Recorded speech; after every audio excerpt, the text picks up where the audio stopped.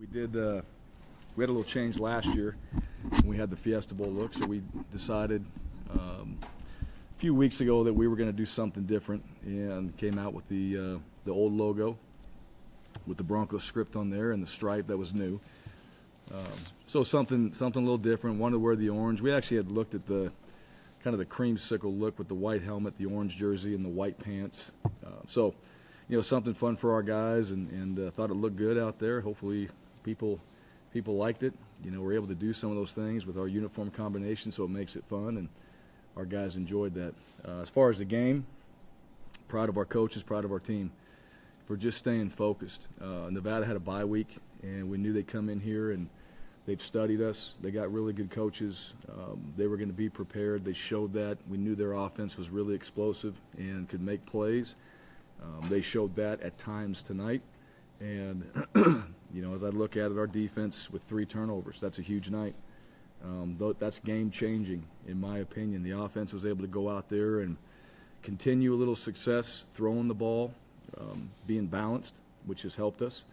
And, that's a credit to our coaches. I think they've game planned and put a lot of things together that have worked for us. They put guys in the right positions. And then our players, just being focused and really staying true to, this process that people talk about. Well, we have one too. And avoiding the noise, avoiding, everybody talking about everything other than Nevada. And that's really what it comes down to. Really, at the end of the day, what's the goal? Is the goal to win it all? Is it to win the next game? Is it to, look ahead? It's really just about getting better. That's what it is, and that's how this team operates. And if we start getting away from that, we're not very good. If we stick to it, then that's the reality of the world we live in. All that matters is how we played tonight against Nevada. That's all that matters. We'll enjoy tonight. We'll worry about Colorado State starting tomorrow, and then we'll worry about Colorado State, and that's it. And if we don't, and all these distractions that are out there, and we start acting like average humans and paying attention to it and not abnormal, then it's going to all of a sudden affect us. And I hope that doesn't happen. I hope our guys will stay focused. I hope they see that it's helped them get to where they are right now. So that's the challenge. That's the real challenge that we face. But I'm proud of our guys because they've done it. And they've been doing it consistently. So I hope that continues. But tonight was a great win. Nevada's a good football team. It's unfortunate this game doesn't get played every single year because of that rivalry that we've had in the past, and it is what it is. But to have our guys go out there and play like they did against a team like that, we're excited and proud of them. Questions? Offensively, you guys opened up the playbook a little bit. We see both your quarterbacks with catches. We see, different guys in the Wildcat. I mean, what to score 41 points and do what you did, and just to have as many people involved in it just made you guys were kind of having fun out there on offense, like the olden days. Yeah, well, I think we were having fun. Now you got to, when Brett went up and made that play, that's exactly how we drew it up, that he was going to go moss somebody. So it was perfect at that point. Everybody knew the plan was coming together. It's plays like that. Guys made plays. And I think you're right. I think when guys are out there, they're confident in what they're doing, they're able to go do that. And they are having fun. Fun for us is execution. So there's a different type of fun that way. But we got quite a few guys involved, which is good. I think when we have a variety of players touching the ball, we seem to be better. It's just kind of, if you look at the history of, when we've had more success, we've had multiple players touch it. And again, your key guys stepped up. Montel stepped up. Brett stepped up. Jake Rose stepped up. Sed made plays tonight. His catch, probably a little bit underthrown, and goes up and gets it. That's a heck of a play. Cartrell Thomas, beginning of the game, we ran that play. We've been practicing it for 3 weeks, and we've run it against, our defense, against the scout team, and it's hit every single time. And tonight it was the best covered it's been covered since we ran it, and there was no way he was going to be denied. He went out there, and I think Cartrell, for not being the biggest guy, he's got amazing range in going to get the ball, and he showed that tonight. That was a big play. So for our team, you guys don't know all those stories, but our team, they see that, and all of a sudden they start to nod, and it really goes for everybody because they've seen the play and they've seen him make it, and then to see him go out there and make it the way he did, it gives you, some confidence for a young player, and then the rest of the guys were stepping up. Have you seen Brett becoming more comfortable in these last 2 games? It seems that he's taken a step forward more than he did at the beginning of the season. Is that due to him being more comfortable, or is it just progression throughout the season? I think it's both. I think as a player and probably a quarterback specifically, you start to get into a little bit of a rhythm. He did the last game, he did this game. I think he's really taken to heart about getting better every single week, and that's a credit to Brett. He's seeing things on the field. His vision is better. He's throwing the ball better. The guys around him are making plays. Obviously, protection is there. So it's a combination of everybody out there on the offensive side doing their job. But I think he and our football team in general, those guys, and they stick to that process. They keep working. They're getting better, which is what you want to see from your team. We talked to you before about the difference between playing at home and playing on the road. You played so well on the road in the last, recently at home. You guys still won games, but they were maybe a little closer than you wanted. So to have this sort of a game at home, what did that mean to you and this team? Well, I thought the crowd was great. You could feel them out there, as the game went on. I think everybody filled in and finally got there. But, I think it's it's really a credit to our team. They want to play at home. They've never not wanted to play at home. They want to play at home. I think every team does. They've just really attacked the road, and I thought tonight they attacked, being at home. And that's part of where we are as a team. Just are we gonna go out there and play and show some consistency, from a few of these road games and carry it over into a home game. And it wasn't really about being home or away. It was about consistency and how we were going to show up and play. And we weathered the storm. They came out and drove down the field and scored. And, we practiced with urgency and we've done things a certain way that nobody panicked. It was just a matter of time. And, we went down there, we kicked a field goal, and, you're looking at it, it's a yard, but we want to get points. We got points on the board, and those things showed up. And it's just part of how we were going to go about doing things. And we got points on the board, scored again, and all of a sudden, we're rolling. And, that's part of it. That's part of being consistent and preparing yourself the right way. You got to lead the Bronco walk today with a pretty special little 8-year-old boy named Jackson. Yeah. I don't know if you had a message in particular for Jackson, but what did you tell him and others who have been bullied for being different? Well, I didn't talk to Jackson about that. I talked to Jackson about leading our team tonight. That's what he was doing. That was his purpose tonight. He was out front of the Broncos. He was leading the team into the homecoming game. We needed to feel his energy tonight, and that's exactly what he did. And you know what? Our guys responded. And he was out there, and he was enjoying it.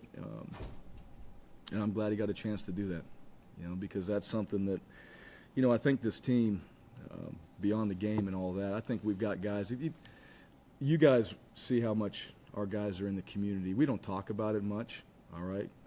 We obviously promote it on social media, but just look around. Do the research on it. Our guys are in the community all the time. They love living in Boise, and they love being out in the community, and they love making a difference. And part of that is, sometimes protecting those that can't protect themselves. All right, when you're a football player and you get to go out there and put pads on and all that, you get to protect yourself. You get to do something really special, and it's a privilege. And at the same time, there's a lot of responsibility that comes along with it. So, Jackson being out there with us and being a part of it, that's just part of who we are. And it wasn't really even about that tonight. It was about him bringing it for the Broncos, and that's exactly what he did. And we were able to go out there and get a win, and our defense got 3 turnovers, and we played really well tonight. And, we were led really well from Jackson throughout the game, in my opinion. Last week at the press conference, we talked about, kind of the important. Last week at the press conference, we talked about the importance of patience. Mm-hmm. And just how much is of a learning experience that the last few weeks been? And I'm assuming you guys have had this stuff in the playbook for quite some time now, but you've obviously gotten to the point in the season where you can open it up and trust people and put up 41 points in back. You wondering why we didn't use it earlier? Huh? Patience is important, right? Yeah, patience, absolutely. Well, from that conversation, we actually talked about impact. Simon Sinek, I don't know if you ever read the book, Start With Why. He kind of has this deal about millennials and impact and, how everything's just immediate and things like that. And we talked about it on Friday night, and, it takes time. Sometimes, people don't see the mountain that they actually have to climb that's in front of them. And everybody wants to be at the top, and if they're not right there immediately, then they don't think they're making a difference. And it takes time. That's part of it. And then unfortunately, in football, you want it right now, like I said, but sometimes a little bit of patience, a little bit of hard work, overcoming, that's all part of it. And some teams can't do that. Some teams get so beat up because of external noise after a while that they just can't overcome it. And our team didn't do that. We've learned from our season, every single game, the losses and the wins, and I think our players are making an impact. I think whether it's one play or 60 plays, you have a role on this team. Whatever your role is, go star in it. And just know how important it is. And our coaches do a good job of explaining why it is important that you go out there and do your job. And so that patience, that impact, just that mindset that is not common today, because everything's instantaneous and really hard things take time. And I think our guys are seeing that, and that's just the reality of, I hope they learn that lesson more than anything else, that really good things just take time. And, that's part of not everybody else, but for me and some of our coaches, you got to be patient at times, and that's not our nature. So it's hard to do. Harsin kind of alluded to it at the beginning there, but goal is always to get better every week, and you don't usually see a team kind of getting better week after week after week in a string the way you guys have seemingly the last 5-6 weeks. What do you kind of attribute that to, and how have you avoided that sort of a game where you just kind of slop your way through it and pull it out? But you guys have just kind of played well through this streak. Well, I think Nevada's a team that way too. If you watch them, the previous 3 games, they got better. I knew they were 1-7. But they didn't play like a 1-7 team. That to me, I think when our players popped on the tape and we talked about it, like, is this team take the record out of it, is this team getting better as they watched the film? And they said yes. Are we getting better? Yes. And I think that's I think it really comes down to the people in the building, the coaches, players, seeing how it actually works, how you have to improve each week, and just watch football in general. I guess that's where you learn from. Hopefully, it's not you have to go lose a game to learn from it. You can learn from other teams. You can watch them, and there's a lot of games out there, and you can say, all right, we could be that team or this team, and it's just like our conference. I mean, the teams we're about to finish up the season with. I don't know. We better show up and play really good because they're really good football teams, and.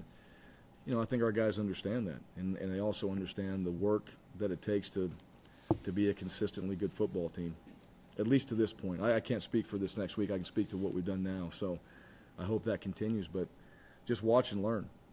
And you see good football teams all the time lose games. Why do they lose them?